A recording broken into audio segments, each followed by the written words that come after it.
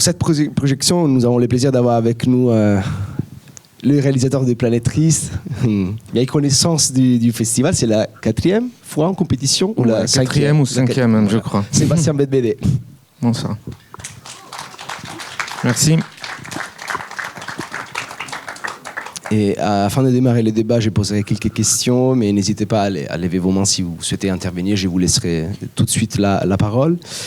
Et bienvenue Sébastien. Merci. J'ai une première question donc, sur le projet. Le film propose une sorte de mise en abîme de sa fabrication. Et donc je voulais nous déjà l'origine du projet. Oui. Alors, l'origine du projet, c'était j'aime pas beaucoup le mot, mais c'était une commande. En tout cas, c'est une proposition faite par le cinéma d'art et d'essai d'Ivry, la ville d'Ivry, et le lycée dans lequel le film a été tourné. C'est un dispositif qui avait donné lieu à d'autres films précédemment, des films de Jean-Gabriel Perriot, de Claire Simon, par exemple. Et donc voilà, on m'a fait cette proposition, à savoir de réaliser un film avec les lycéens de première de l'option cinéma de ce lycée. Voilà, et donc moi j'ai pris la commande un peu au pied de la lettre et je me suis dit je vais faire un film de fiction, une comédie. Et quand je dis que j'ai pris au pied de la lettre, c'est-à-dire que j'ai décidé d'écrire un scénario où un réalisateur, où on demandait à un réalisateur de court-métrage d'animer un atelier dans un lycée de banlieue. Donc ça, c'était le point de départ. Et voilà, et donc j'ai commencé cet atelier, et comme le personnage de Rémi, j'allais tous les mercredis, enfin c'était le jeudi pour le coup, tous les jeudis après-midi, préparer le film avec les lycéens pendant 2 mois, 3 mois. Et à l'issue de ces rendez-vous, cet atelier, on a commencé le tournage, et on a fait un tournage qui a duré 5 jours, donc dans le cœur du lycée. Et quelle était la contribution justement des lycéens à l'élaboration du projet ?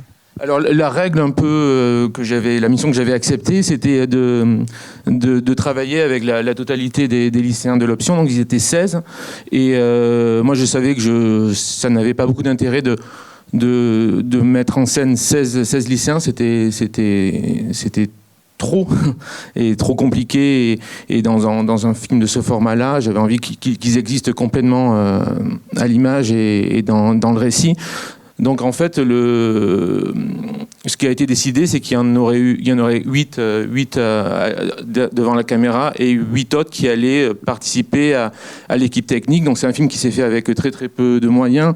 Donc en fait, moi j'ai réussi à faire venir avec moi 3 collaborateurs, un chef opérateur, un ingénieur du son qui faisait la perche aussi, et quelqu'un qui s'occupait un peu de la régie, de l'assistanat réalisation.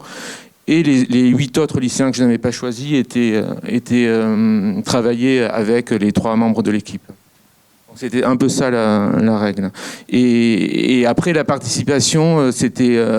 alors, comment j'ai décidé qu'elle... C'était un moment très délicat pour moi et très pas du tout évident de choisir ceux qui allaient paraître à l'image. Et en fait, j'ai décidé pendant les moments de préparation du film, un moment avec Grégoire, le comédien, qui a participé vraiment à toute l'élaboration de la préparation du film, j'ai décidé pour les choisir, de les filmer 2 par 2 ou 3 par 3, en leur posant simplement une simple question qui était une question très bête, de me raconter qui ils étaient, de me raconter leur vie, un moment de leur vie. Et à l'issue de ces enregistrements vidéo, enfin oui, il y avait quelque chose que je leur disais avant qui était très important, j'allais oublier. Je leur ai dit, vous n'êtes pas obligé de me dire la vérité, vous pouvez me mentir, mais le plus important c'est que j'y crois. Et cet exercice a été, au-delà de mes espérances, m'a permis de commencer à rencontrer ceux qui allaient apparaître à l'image et de me déterminer.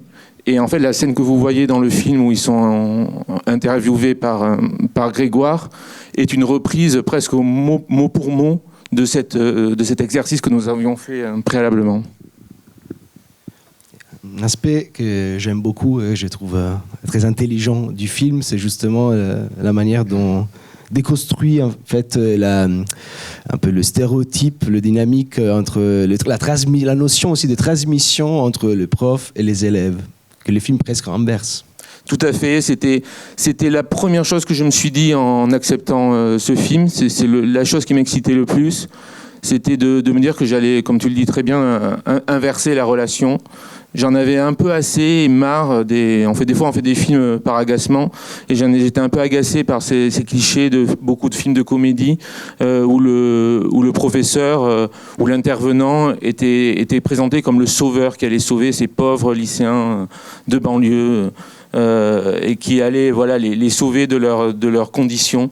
Et je déteste cette image et je la trouve complètement fausse en plus. Enfin, j'ai pas grand-chose à voir avec le milieu scolaire ou les lycées, mais le peu d'expérience que j'ai eu d'atelier, j'ai pas vécu ça de cette façon-là. Et donc, j'avais envie que, pour une fois, ça soit l'intervenant qui soit sauvé par les lycéens. C'était ça presque le pitch qui m'a animé tout le long de cette aventure. Et bien sûr, le cinéma joue un rôle très important. J'ai plusieurs questions par rapport à ça. La première, c'est plutôt une curiosité, pas blague. Alors, le réalisateur, le professeur, du coup, il réalise des moyens-métrages. Oui. Est-ce que pour les fragments du film qu'on voit dans le film, vous êtes inspiré par des moyens-métrages que vous avez vus à Brive ces dernières années? Non, mais c'est vrai que j'ai beaucoup pensé à Brive en rajoutant, ça me faisait rire, et puis c'était un petit hommage de parler vraiment de moyen-métrage et pas simplement de court-métrage. C'était une manière aussi de faire connaître ce format-là. Mais non, puis même si c'était vrai, je balancerais pas. Et par rapport justement au film, le film qui tourne, c'est une sorte de science-fiction low budget. Ce que j'aime beaucoup, c'est aussi les premiers plans en fait sur les professeurs, je crois. Enfin, il y a la séance d'ensemble où on voit en fait la réaction, je veux pas dire dégoûtée, mais en tout cas étonnée ou. Et j'aime beaucoup ça parce que effectivement, ce film-là représente quelque chose pour le professeur et pour les élèves, pas forcément pour les autres. Et c'est une autre manière aussi de déconstruire le fait que finalement, rencontres produisent forcément quelque chose de beau, de parfait, d'émouvant, d'artistique. Mais c'est vrai, c'est ce que raconte un peu la fin du film, c'est-à-dire que c'est un rapport de spectateur à œuvre, je ne sais pas comment appeler ça, à film, et ceux qui savent vraiment la vérité de toute cette expérience, c'est eux, le professeur, les lycéens, et vous, quelque part, qui avez traversé le film. Après, le reste, c'est un film dont on ne voit que la dernière séquence, que vous pouvez imaginer, dont vous pouvez rêver, mais qui ne sera jamais, dont je ne connais pas moi-même le sens et les tenants et les aboutissants. Mais c'était la seule chose qui était importante pour moi, c'était de montrer de manière très littérale une résurrection, en fait, quelqu'un qui revenait à la vie. Et alors ça paraît très présomptueux comme ça, mais pour moi, c'est vraiment ce que raconte aussi le film. C'est ce professeur qui, comme je disais tout à l'heure, qui est sauvé par ses lycéens. Donc il sort de son état de mort. Une résurrection sous la forme d'un cinéma, dans un cadre quand même populaire, du cinéma avec un imaginaire comme la science-fiction. Oui, complètement. Ça a été très vite aussi décidé, en fait, que après. Toutes les questions que je posais dans le scénario, je les ai questionnées avec eux, évidemment. Mais moi, je repensais à moi, à leur âge, donc ça fait très longtemps. Mais j'avais comme référence beaucoup le cinéma fantastique. Et je pense que j'aurais été à leur place, j'aurais lutté avec mes camarades pour faire un film de science-fiction. Donc ça me semblait assez logique que ça soit ce registre qui était au cœur de leur film, même si, comme l'explique la voix off, c'est un film qui mélange film de gangster, comédie et film de science-fiction, pour que tout le monde soit content.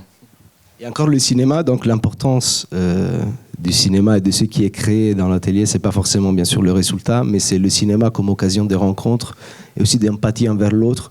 Et je pense que c'est quelque chose que, de manière générale, représente ton cinéma. Oui, c'est juste.